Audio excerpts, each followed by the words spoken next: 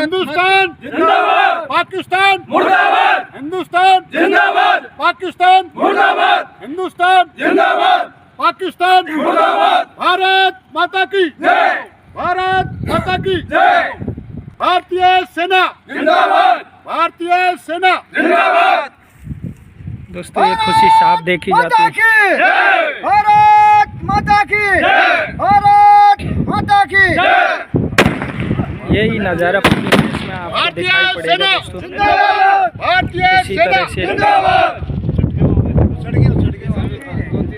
लोग वह खुशियाँ मना रहे हैं। रात 12 बजे के बाद में जिस तरह से सरकार के द्वारा एक्शन लिया गया था, जिंदाबाद, भारतीय सेना जिंदाबाद, बोलो हिंदुस्तान की जय।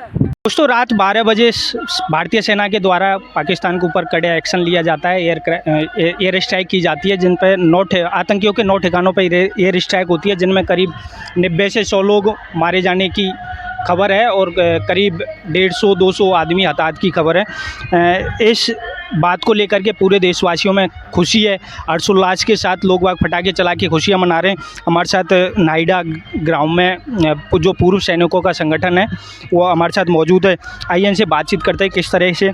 सर, जिस तरह से भारतीय सेनाओं ने कड़ा रुख दिखाया पाकिस्तान के खिलाफ, क्या लग रहा है आपको, किस तरह से रहेगा, जाहिर करना चाहते हो? देखो, सबसे पहले तो मैं बीपी मंथन चैनल का हार्दिक अभिनंदन और स्वागत करता हूं, जो आपने इस दोपहरी में कष्ट करके हमारे यहाँ पर पूर्व सैनिकों की जो न्यूज़ डालने के लिए और हमारी आवाज़ को बुलंद किया है, इसके लिए मैं आपको बहुत बहुत धन्यवाद देता हूं। हमें बहुत खुशी है कि प्रधानमंत्री जी ने जो पुलवामा में कायराना हरकत हुई थी उसके बरखिलाफ जो एयर स्ट्राइक की है वो बहुत ही सराहनीय है, और इसके लिए हम सभी आर्मी को बहुत बहुत धन्यवाद देते हैं और प्रधानमंत्री जी को धन्यवाद देते हैं कि ऑपरेशन सिंदूर के द्वारा हमारी जो बहनों का सिंदूर उजड़ा था उसको और उसका बदला लेने के लिए ये कार्रवाई की है। ऑपरेशन सिंदूर का नाम दिया गया है, तो ये इससे क्या उनके ऊपर क्या प्रभाव पड़ेगा? नहीं, हमने वहाँ पर जो धर्म लेके कोई कार्रवाई नहीं की है। हमने सिर्फ उनके आतंकवादी ठिकानों को निशाना बनाया है और उनको बर्बाद किया है, और उनकी कोई सैनिक छावनी या उसको कोई नुकसान नहीं पहुँचाया है। क्या लग रहा है आगे पाकिस्तान इससे कोई सबक लेगा? हाँ, पाकिस्तान इससे सबक लेगा और उसको लेना चाहिए।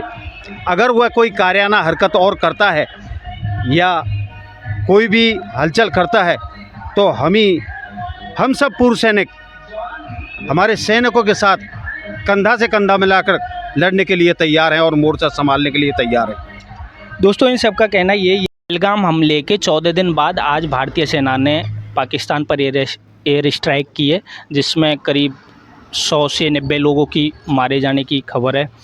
बताया जा रहा है कि जहाँ पे एयर स्ट्राइक की है वो सारे आतंकियों के ठिकानों पे की गई थी। हमारे साथ यहाँ के स्थानीय लोग मौजूद हैं बहुत सारे, तो इनसे जानते हैं कि जो मोदी का फैसला था थोड़ा लेट आया, लेकिन कैसा रहा और किस तरह से इन लोगों के बीच में खुशी है, वो हमारे साथ बात करेंगे।